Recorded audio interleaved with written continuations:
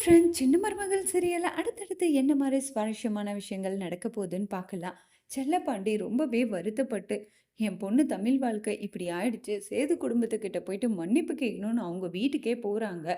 இப்ப செல்லப்பாண்டி அவங்க எல்லாரும் இருக்கிறப்ப, நான் தான் தெரியாம முட்டாள்தனமா தப்பு பண்ணிட்டேன். அதுக்காக என் பொண்ண தண்டிக்காதீங்க. மன்னிச்சு ஏத்துக்கோங்க. என்ன மன்னிச்சிடுங்க அப்படின்னு கையெடுத்து கும்பிட்டு மன்னிப்பு கேட்குறாங்க.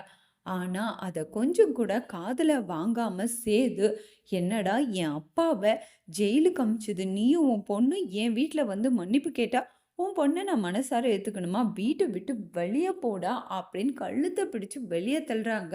போய் சேத்துலயே விழுறாங்க. அதுக்கப்புறம் ரொம்ப வருத்தப்பட்டு வீட்டுக்கு போறாங்க. இப்படி பண்ணது எல்லாமே தமிழுக்கு தெரிய வருது. உடனே தமிழ் வந்து அவங்க அப்பா கிட்ட, "ஏன்பா இப்படி அசிங்கமா போயிட்டு அவங்க கிட்ட மன்னிப்பு கேட்டு இப்படி அவங்க கழுத்த பிடிச்சு வெளிய தள்ளி, இதெல்லாம் நம்மளுக்கு தேவையாப்பா? இங்க பாருங்கப்பா, புரிஞ்சுக்காதவங்க கிட்ட எத்தன டைம் பேசினாலும் வேஸ்ட்டு தான். அந்த சேது இனி எனக்கு யாரோ என் புருஷன் கிடையாது. என்ன புரிஞ்சுக்காத அவர் கூட இனி நான் சேர்ந்து வாழ மாட்டேன். எனக்கு என் படிப்பு தான் முக்கியம். தன்மானத்தோட நான் என் குழந்தைங்க இனி வாழ போறேங்க.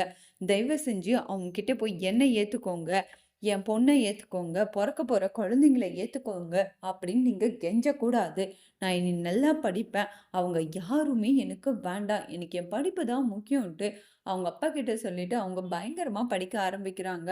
இப்ப அவங்க படிக்கிறது, காலேஜ் போறது, அவங்க ரொம்பவே அதுல மட்டும் ஃபோக்கஸ் பண்ணிட்டு இருக்காங்க. இனி எப்பயுமே தமிழ் சேது சேரவே மாட்டாங்களா? ராஜாங்கம் ஜெயில்லேருந்து வெளியே வந்தால் தான் இவங்க ஒன்று சேர்ற மாதிரி ஒரு வாய்ப்பு இருக்கும். ஆனால் ராஜாங்கம் வெளியே வரணும்னா ஜெனியோட அப்பா இவ்வளோ பிரச்சனைக்கு காரணம் நான் தான் அப்படின்னு உண்மையை ஒத்துப்பாரா?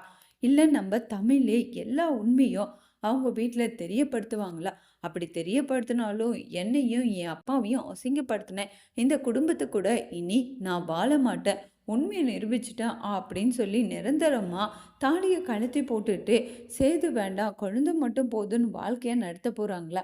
இனி அடுத்தடுத்து என்ன சுவாரஸ்யமான விஷயங்கள் நடக்க போகுதுன்றத வெயிட் பண்ணி பார்க்கலாம்.